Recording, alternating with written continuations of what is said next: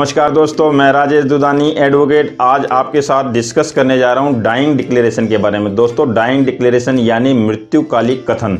दोस्तों, कोई भी व्यक्ति अगर अपनी मृत्यु के दौरान और मृत्यु होने से पहले किसी भी तरह का स्टेटमेंट अगर देता है दोस्तों, तो वो जो कथन होता है या जो वो स्टेटमेंट है वो बिल्कुल सही माना जाता है और कोर्ट जो है उसको एक एविडेंस के तौर पे मानती है। दोस्तों, एविडेंस एक्ट 1872 की सेक्शन 32 जो है, इसके तहत ये एविडेंस एडमिसिबल है, यानी इस एविडेंस के तहत में आप किसी भी व्यक्ति को कोर्ट में सजा हो सकती है। कोर्ट इसको एडमिसिबल मानता है। दोस्तों, डाइंग डिक्लेरेशन होती क्या है? डाइंग डिक्लेरेशन का मतलब ये है दोस्तों कि कोई भी व्यक्ति मरने से पहले अगर कोई किसी व्यक्ति के विरुद्ध में कोई स्टेटमेंट देता है तो वो कथन जो है उसका सत्य माना जाता है। और वो सत्य माने जाने का जो कारण है दोस्तों, वो ये है कि ये भारत में एक मान्यता है कि कोई भी मरने वाला व्यक्ति जो है मरते समय झूठ नहीं बोलता। No one would die with a lie, यानी कि कोई व्यक्ति जो है मरते समय बिल्कुल भी झूठ नहीं बोलेगा, क्योंकि उसे भगवान के पास जाना है और वो भगवान के पास में किसी भी व्यक्ति के खिलाफ गलत आरोप लगा के नहीं जाना चाहेगा।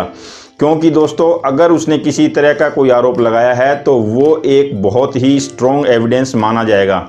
दोस्तों, इसका एक बहुत ही इम्पोर्टेंट केस है, पकाला नारायण स्वामी वर्सेस एम्परर 1939 का केस है। दोस्तों, इस केस में हुआ क्या कि एक व्यक्ति किसी से लोन ले रखा था और जिससे लोन ले रखा था उस व्यक्ति की मिसेज ने उसे फोन करके अपने पास बुलाया। दोस्तों, जब वो व्यक्ति जिसने लोन लिया था वो उस व्यक्ति के पास जा रहा था जिसने लोन दिया था, तो उसने जाते समय अपनी मिसेज को ये बता दिया था कि मुझे जो है लोन जिसने दिया है उसने बुलाया है, मैं उससे मिलने के लिए जा रहा हूँ। दोस्तों, उसके बाद में उस व्यक्ति की जो है डेड बॉडी 7 टुकड़ों में एक बक्से के अंदर मिलती है।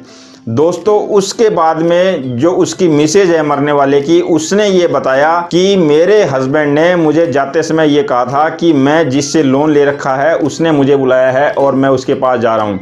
दोस्तों, ये जो कथन था मरने वाला व्यक्ति का, जो कि अपनी मिसेज को दिया था उसने लास्ट टाइम मरने से पहले, दोस्तों उस कथन को कोर्ट ने सत्य माना और उसी आधार पे जिस व्यक्ति ने हत्या की थी उसको जो है सजा दी गई, यानी कि जिसने लोन दिया था उसी व्यक्ति ने उसको मारा था और उसको सिर्फ और सिर्फ उस स्टेटमेंट के आधार पे उसे सजा दी गई। दोस्तों, ये जो डाइंग डिक्लेरेशन है, ये जो मरते समय जो दी जाती है उसको मजिस्ट्रेट, डॉक्टर, पुलिस या अन्य कोई व्यक्ति जो वहाँ है उपस्थित कोई भी दर्ज कर सकता है। लेकिन जो ज़्यादा इम्पोर्टेंस है या जो कि बहुत ज़्यादा महत्व रखता है वो है अगर कोई एसडीएम रिकॉर्ड करता है, वो भी दोस्तों अगर क्वेश्चन आंसर फॉर्म में कर ले तो उसकी बहुत ज़्यादा अहमियत होती है, उसको किसी भी तरह से नकारा नहीं जा सकता।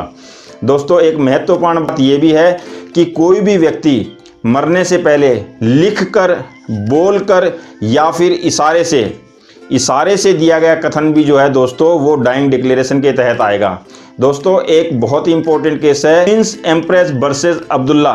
दोस्तों, इस केस में अभियुक्त जो है लड़की का गला काट देता है और लड़की जो है बोलने की परिस्थिति में नहीं होती, लेकिन मरने से पहले वो इशारों में इस बात को समझा देती है और दोस्तों उसी इशारे के तहत ही एक्यूज को गिरफ्तार करके उसे सजा सुनाई जाती है। तो दोस्तों, इस तरह से जो डाइंग डिक्लेरेशन है वो अपने आप में महत्वपूर्ण है और ऐसा कहा जाता है कि सिर्फ और सिर्फ डाइंग डिक्लेरेशन यानी मृत्युकालिक कथन के आधार पर भी किसी को भी सजा हो सकती है। लेकिन दोस्तों, इसमें एक प्रोवाइजो है। प्रोवाइजो ये है कि मरने वाले का जो कथन है उसकी ऑथेंटिसिटी यानी उसकी प्रमाणिकता की भी जांच होनी जरूरी है। दोस्तों, इसी तरह का एक केस था जिसमें एक लेडीज यानी कि वाइफ ने अपने हस्बैंड के खिलाफ में जला के मारने का डाइंग डिक्लेरेशन का स्टेटमेंट दे दिया था। लेकिन दोस्तों, वो जो डाइंग डिक्लेरेशन थी उस समय घर में उस परिवार में उस हस्बैंड के यानी कि जो मर रही थी वाइफ, उसके बच्चे भी थे। उन बच्चों ने फादर के पक्ष में गवाही दी और इस बात का भी प्रमाण था कि हस्बैंड और वाइफ के बीच में रिलेशनशिप बहुत अच्छे नहीं थे।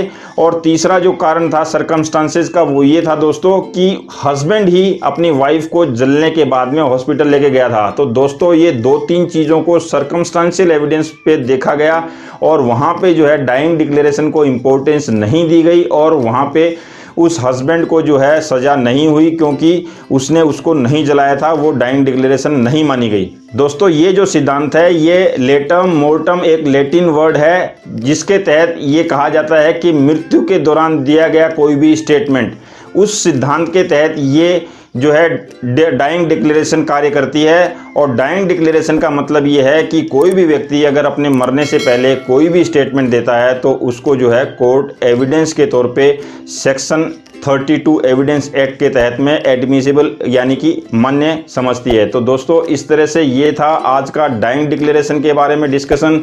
अगले वीडियो में फिर किसी नए टॉपिक के साथ मिलेंगे। अगर मेरा ये वीडियो आपको अच्छा लगा हो तो इसको लाइक शेयर और सब्सक्राइब करना बिल्कुल ना भूलें। Thank you very much.